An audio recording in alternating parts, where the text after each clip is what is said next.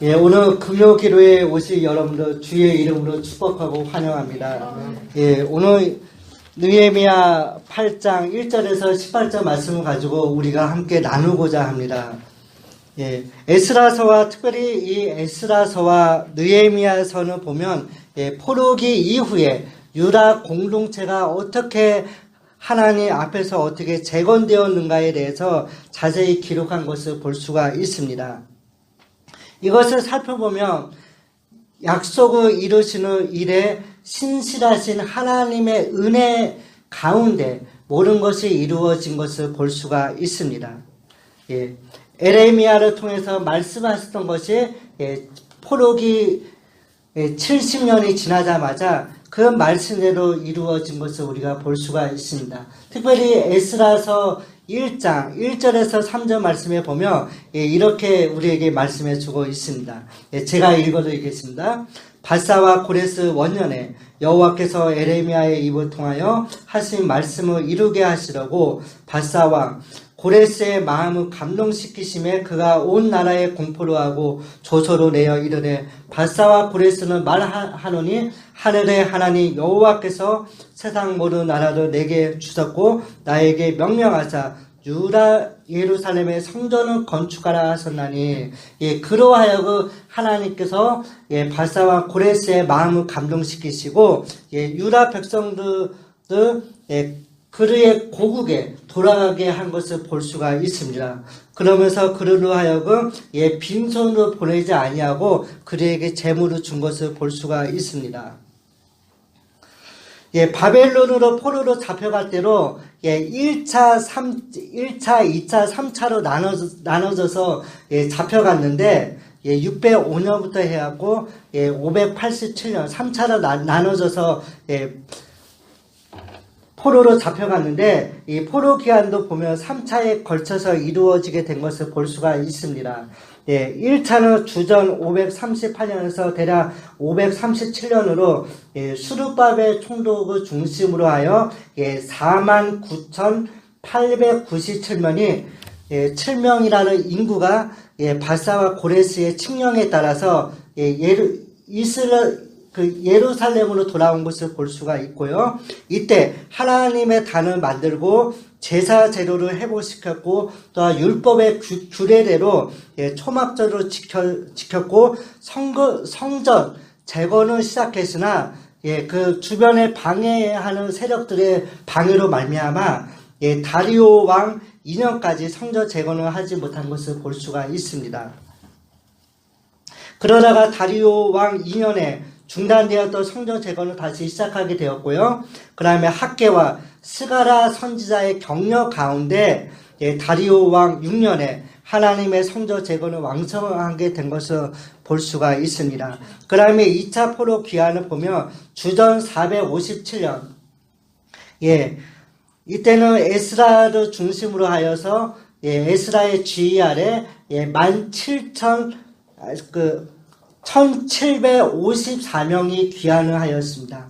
그 다음에 3차 주전 444년 때 아락사스 왕에 의해서 총독 느헤미야를 중심으로 하여 백성들이 고국에 돌아온 것을 볼 수가 있습니다.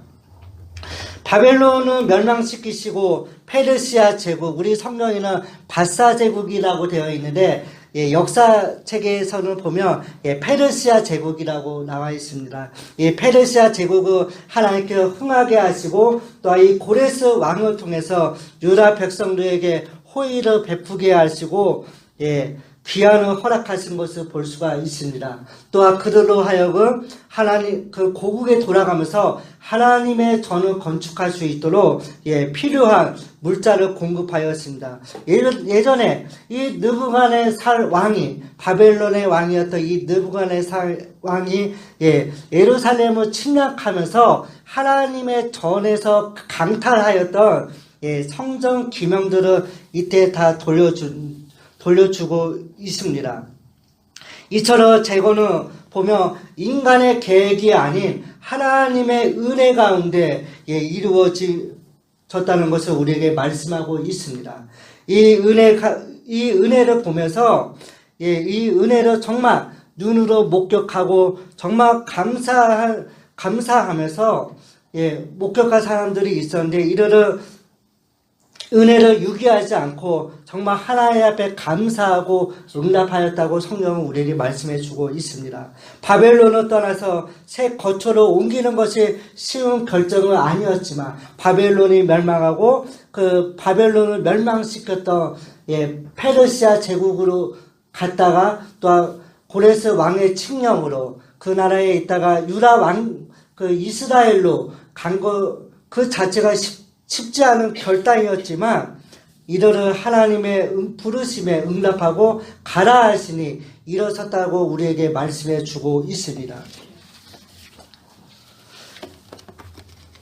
그러면서 이들은 무엇을 재건했습니까? 고국에 왔을 때 사실 그 땅은 참 황폐한 땅이었습니다. 하나님의 성벽은 무너졌고 하나님의 전은 무너졌지만 하나님의 은혜 가운데 이들은 무엇을 재건했습니까? 성전과 성벽이었는데 이 둘을 짓느라고 심신이 숱한 고생을 한 것을 볼 수가 있습니다. 우리가 에스라서와 느헤미야서를 읽었지만 하나님의 성벽을 재건할 때도 그렇고 성전을 재건할 때도 수많은 사람들이 방해한 것을 볼 수가 있습니다. 주전 530년에 시작된 이 공사가 주전 445년경에 와서 마쳐졌으니 거의 85년이 걸린 것을 볼 수가 있습니다. 백성들 중 다수는 평생을 공사하다가 생을 마감하기로 했을 것입니다. 하지만 고진감래라고 저는 이런 생각이 드는데 이것을 보면서 정말 이것이 고진감래가 아닐까 이런 생각을 해봤습니다. 황량했던 예루살렘 그 땅에 백성들의 땀의 결실로 말미암아 성전이 웅장하게 지어졌고요. 또 무너졌던 하나님의 성벽이 지어진 것을 볼 수가 있습니다. 예루살렘 성벽이 지어진 것을 볼 수가 있습니다. 오랜 전 조상들이 그랬던 것처럼 하나님을 만나고 싶을 때 언제라도 달려갈 수 있는 그 성전이 이제 그들 곁에 있었다는 것입니다. 파괴의 성벽으로 인해 보기를 흉측했던 그 예루살렘이 본래 모습이 천혜의 요새로 되돌아왔다는 것입니다. 이것을 보면서 백성들이 얼마나 감격했을까 그 모습을 생각해 보았습니다. 성전과 그 성벽, 그 얼마나 간절히 듣기 원했던 이름이었는가 보게 되고요. 또 그러면서 이제 앞으로 이 백성들이 이 두 가지를 다 마쳤으니 이제 하나님 앞에서 무엇을 어떻게 해야 하는가에 대해서 생각해 보게 됩니다. 성전도 있고 성벽도 있는 이 상황에서 하나님의 백성이 이 거룩한 공동체에 속한 이 백성들이 이제 무엇을 하나님 앞에서 해야 할 것인가? 오늘 본문은 이 질문에 대해서 우리에게 대답을 하고 있다는 것입니다. 1절에서 우리가 아까 전에 읽었던 1절에 보면 역사적인 배경을 설명해 주고 있고요. 이 백성들이 하나님 앞에서 어떻게 행하였는가에 대해서 말씀해 주고 있습니다. 백성들이 하나님의 말씀, 이 율법을 듣고 싶어서 예루살렘의 수무막 광장으로 모여드는 장면으로 시작되고 있습니다. 사실 이들이 포로로 있다가 귀환하여서 사실 심신이 피곤하였지만 이들은 각기 성읍에 거주하러 이 백성들이 7째 달 그날 초하루에 율법을 듣기 원하여 예루살렘 성의 수무막 광장에 모인 것을 볼 수가 있습니다. 얼마나 하나님의 말씀이 듣고 싶었으며 이를 정말 사모하는 마음으로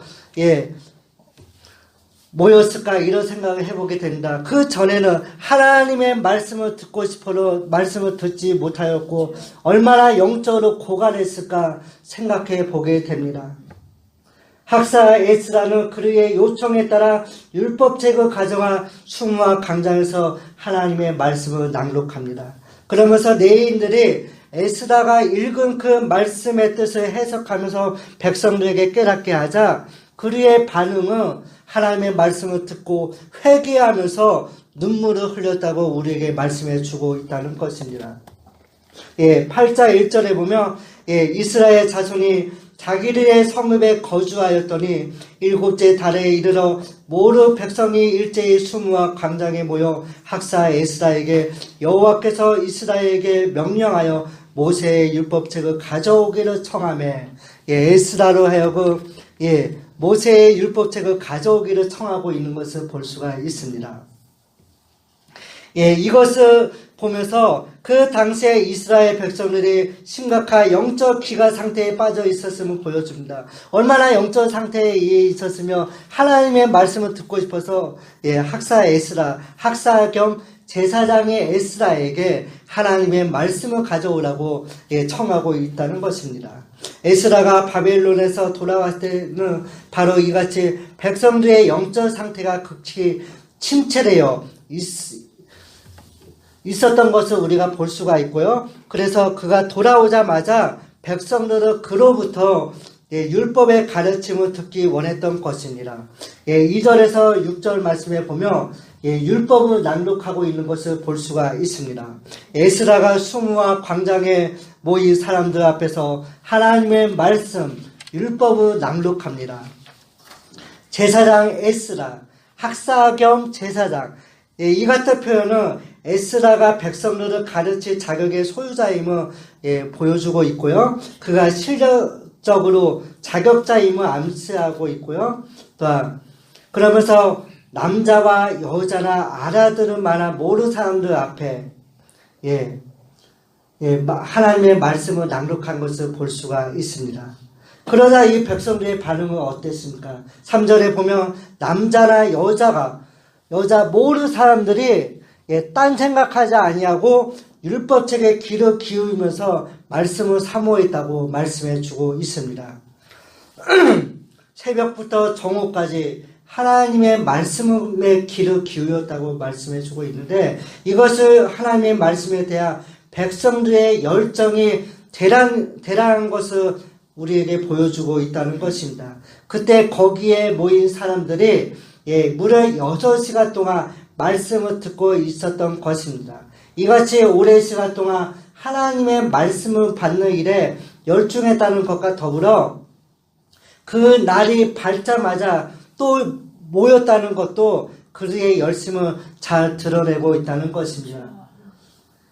그러면서 이것을 보면서 우리가 정말 하나님의 말씀을 들으러 주님의 절에 나왔을 때 우리가 어떠한 자세로 하나님의 말씀을 들어야 하는가, 정말 우리가 말씀을 정말 사모하고 우리가 말씀을 정말 잘 들어야겠다는 그런 생각을 많이 해보게 됩니다. 말씀을 들을 때 우리가 어떻게 경청해야 하는가에 대해서 많은 생각을 해보게 됩니다.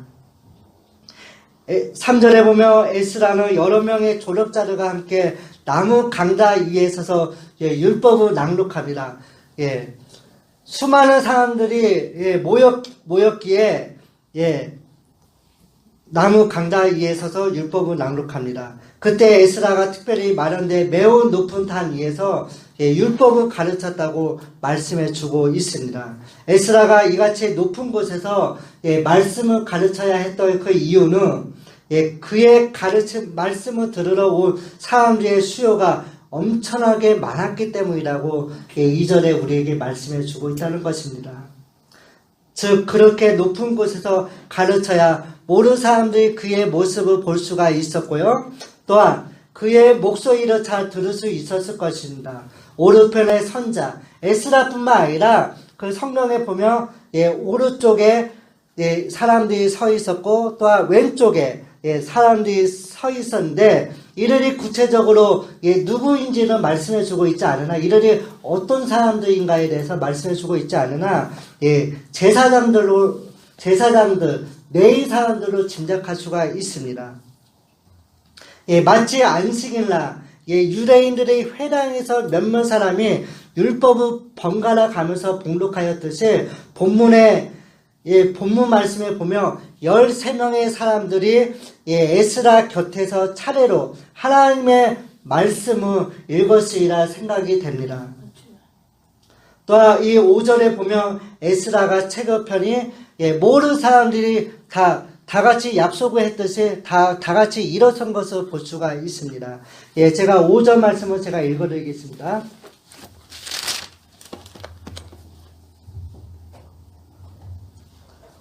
에스라가 모르 백성 위에 서서 그른 목전에 책을 펴니 책을 펼 때에 유다 백성이 일어서니라. 예, 책을 펼 때에 유다 백성이 다 일어섰다고 우리에게 말씀해 주고 있습니다. 예, 이와 같은 백성들의 태도는 하나님의 말씀에 대한 경외심을 표현하고 있고요. 또 아울러 백성들이 하나님의 말씀을 온전히 받아들이고 순종한 자세가 되어 있음을 우리에게 보여주고 있다는 것입니다. 이 자세뿐만 아니라 6절 말씀에 보면 모든 백성이 손을 들고 아멘하고 하나님께 경배한 것을 볼 수가 있습니다. 아멘, 아멘 했다는 것입니다.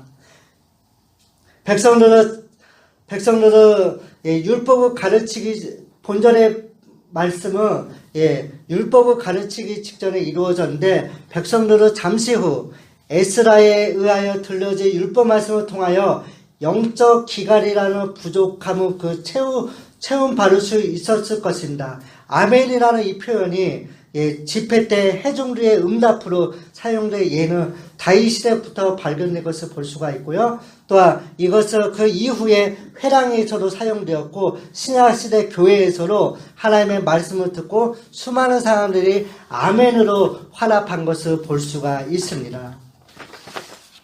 몸을 굽혀 얼굴을 땅에 대고 여호와께 경배하니라 라는 이 말씀은 하나님에 대한 공경심의 외적인 표현을 한 것을 볼 수가 있고요. 또한 이러한 행동이 끝난 후에는 다시 일어나서 에스라를 통하여 하나님의 말씀을 들었다고 우리에게 말씀해 주고 있다는 것입니다. 그러면서 7절에서 12절 말씀에 보면 하나님의 말씀에 대해서 해석을 하고 있습니다. 7절에서 8절 말씀을 제가 읽어드리겠습니다.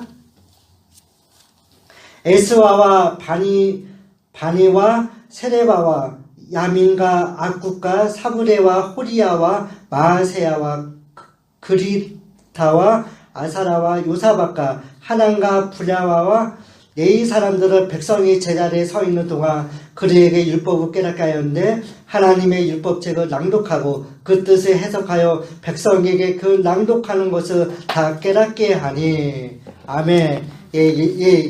여기에 보면 13명의 사람들의 이름이 기록이 되어 있는데 참으로 발음하기 참 어려운 이름들이 있습니다. 그러면서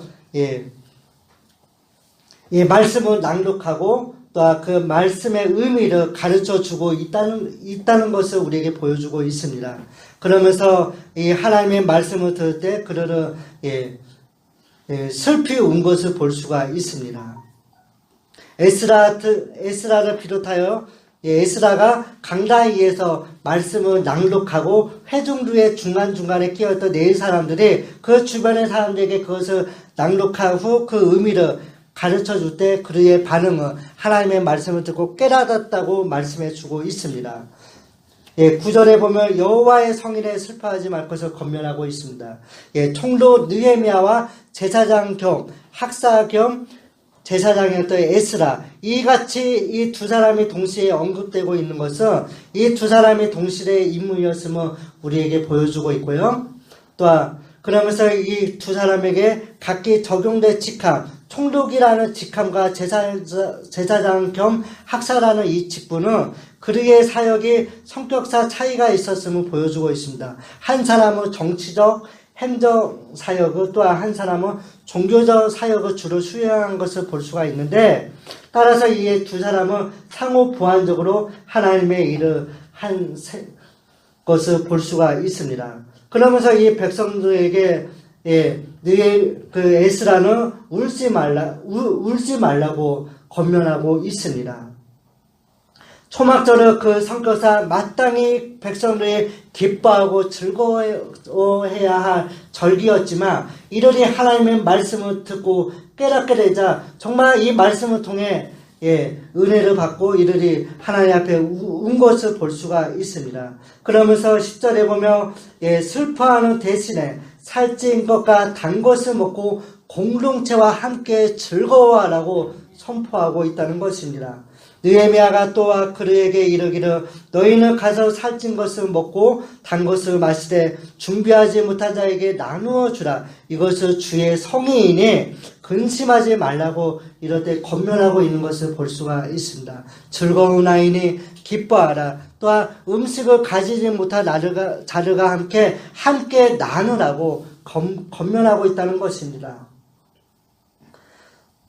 즉 백성들은 도움을 필요로 하는 자들에게 자비와 긍휼을 베품으로써 하나님께서 자신들에게 베푸실 은혜를 회상하면서 기뻐할 수 있었던 것입니다. 따라서 이 말씀을 통해서 하나님께서 백성들의 방패 또는 보호자가 된다는 뜻을 우리에게 보여주고 있다는 것입니다. 다시 말해서 백성들이 이 말씀을 통해 깨닫게 되고 정말 그들이 정말 하나님 앞에 나와서 기뻐하고 즐거워한 것을 볼 수가 있습니다. 그들의 방패가 되시는 그 하나님의 보호하심으로 말미암아 율법의 정죄로부터 보호받을 수 있었다는 것입니다. 또한 그런 점에서 백성들은 울지 말고 성의를 지킴으로써 여호와를 기뻐해야만 했습니다. 정말 이 말씀을 들으면서 백성들은 이런 생각을 했을 것입니다. 우리가 옛적 우리 조상들이 바벨로니아에 잡혀간 것은 우리가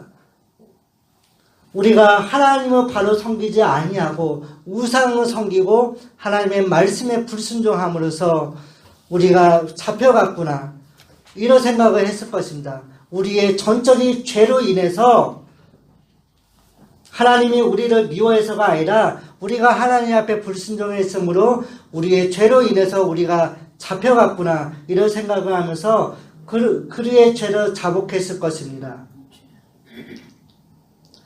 또한 11절에 보면 내 사람들은 모든 백성을 정숙하게 하여 성의인이 조용하고 근심하지 말라고 언급하고 있습니다.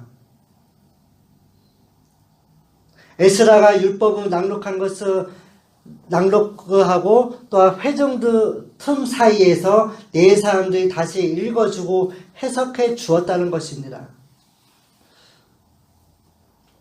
또한 그러자 이 백성들은 12절에 보면 말씀을 듣자 곧바로 깨달은 것을 말씀의 삶 속에 실행한 것을 볼 수가 있습니다.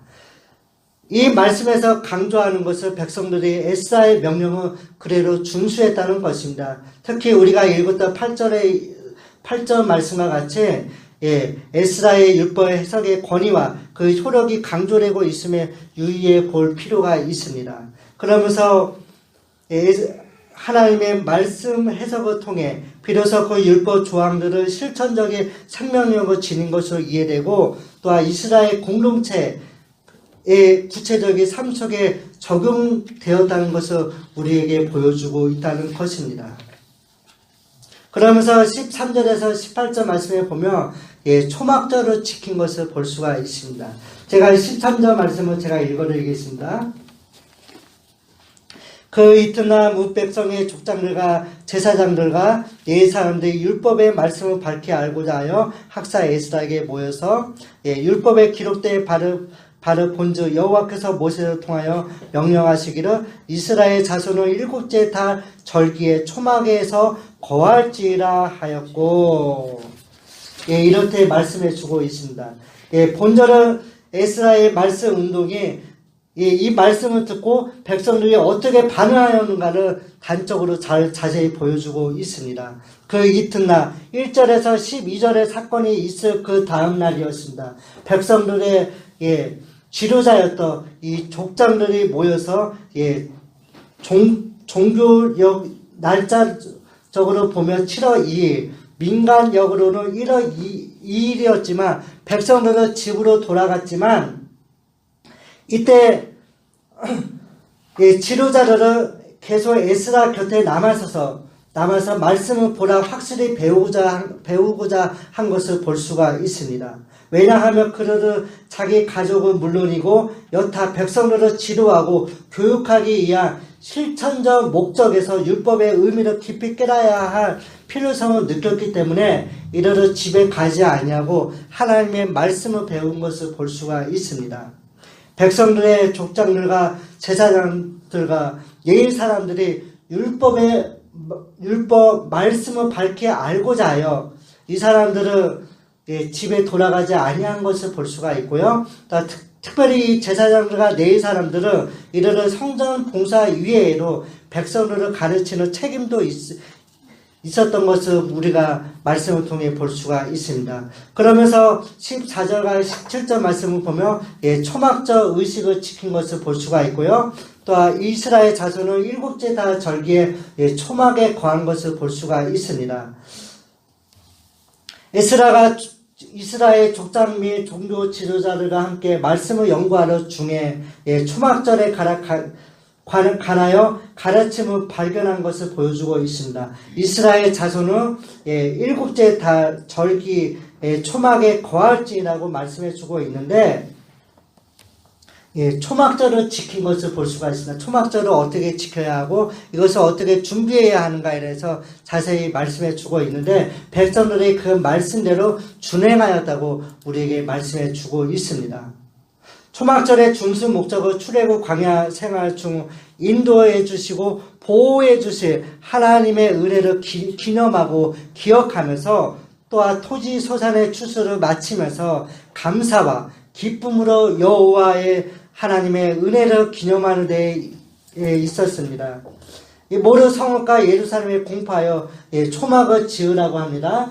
또한 초막절을 지키는 규례, 또한 특히 초막을 만드는 방법에 대해서 성경에서 자세히 언급해 주고 있다는 것입니다. 또한 16절에 보면 백성이 이에 나가서 나무가지를 가져다가 초막을 짓고 있는 것을 볼 수가 있습니다. 17절에 보면 백성들이 이 초막에 대해서 이렇게 말씀해 주고 있는데 17절 말씀을 제가 읽어드리겠습니다. 사로잡혔다가 돌아온 회중이 다 초막을 짓고 그 안에 거하니 눈의 아들 여호수아 때로부터 그날까지 이스라엘 자손이 이같이 행할 일이 없었으므로 이에 크게 기뻐하였다고 말씀해 주고 있습니다. 가나안 땅에 들어가기 전 모세는 신명기 31장 9절과 13절에 보면 이스라엘 백성들에게 이렇게 명령한 것을 볼 수가 있습니다.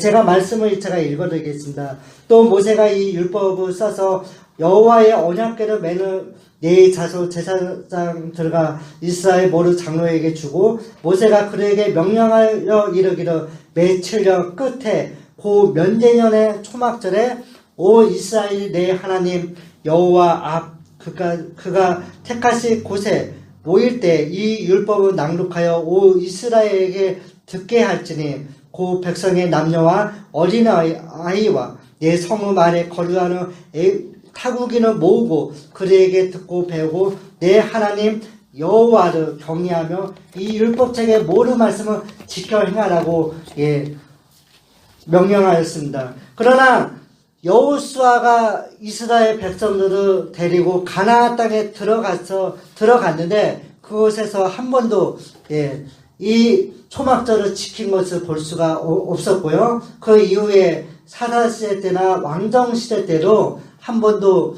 초막절을 지킨 것을 볼 수 없었습니다. 그러나 이 하나님의 말씀을 낭독하고 이때 포로 생활을 하다가 돌아온 이후에 수무와 강장에서 말씀을 낭독한 이후에 초막절을 지킨 것을 볼 수가 있습니다. 이스라엘 자손이 이같이 행할 일이 없었다고 했습니다. 그러면서 이 백성들은 기뻐하고 즐거워하였다고 말씀해 주고 있습니다. 18절 말씀을 제가 읽어드리겠습니다.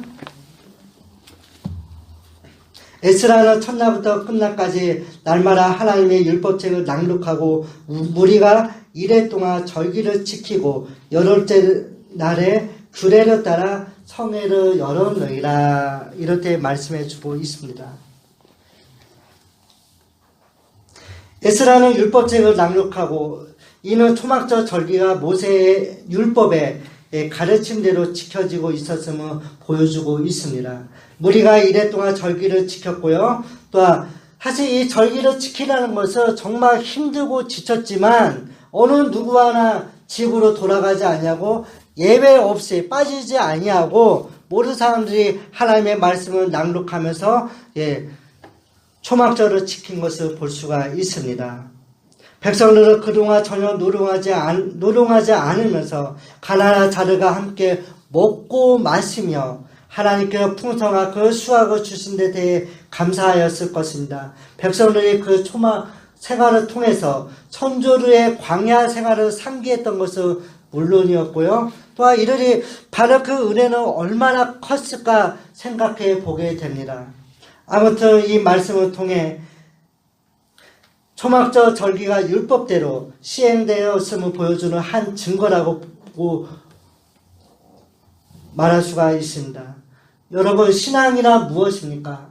이 신앙이란 하나님의 말씀을 하나님을 올바르게 경외하고 하나님의 말씀을 잘 경청하면서 우리가 정말 말씀을 받아 그 삶 속에 실천하는 것입니다. 이르에 하나님의 말씀을 에스라가 백성들 앞에서 낭독하였을 때 그의 반응은 어땠습니까? 어느 누구 하나 무관심하지 아니하고 졸지 아니하고 정말 말씀을 사모하면서 말씀을 잘 경청하였다고 우리에게 말씀해 주고 있습니다. 그러면서 하나님의 말씀을 깨닫고 아멘으로 하랍하면서 고백한 것을 볼 수가 있습니다. 그러면서 이들은 하나님의 말씀을 깨닫으면서 그의 죄를 자복하고 하나님 앞에 운 것을 볼 수가 있습니다. 이 말씀을 통해 우리에게 주시는 교훈은 무엇입니까? 백성들은 하나님의 말씀을 듣고 깨닫고 또 백성들이 통곡하였습니다. 올해 유배의 삶, 끝이 보이지 않는 그 포로 생활이었지만 그 회복의 여정을 견디고 그들의 이 고난이 어디서 시작되었는지, 왜 하나님은 여전히 멀리 계셨는지 이유를 알 길이 없었지만 율법이 낭독되고 그 말씀의 뜻을 듣는 중에 그 이유를 깨닫고서 이들의 반응은 우리가 하나님의 말씀대로 살지 못했구나, 우리가 하나님 앞에 잘못했구나, 우리가 말씀대로 잘못 살았구나 깨달으면서 그들이 하나님 앞에 울었다는 것입니다. 말씀이 내 공부와 삶의 이유를 설명할 때 이 말씀을 통해 우리에게 주시는 그 하나님의 말씀의 뜻을 우리가 깊이 생각해 보았으면 합니다. 그러면서 우리가 이 말씀을 어떻게 하나님 앞에 경청해야 하는가 우리가 깊이 생각해 보는 귀한 시간이 되었으면 합니다.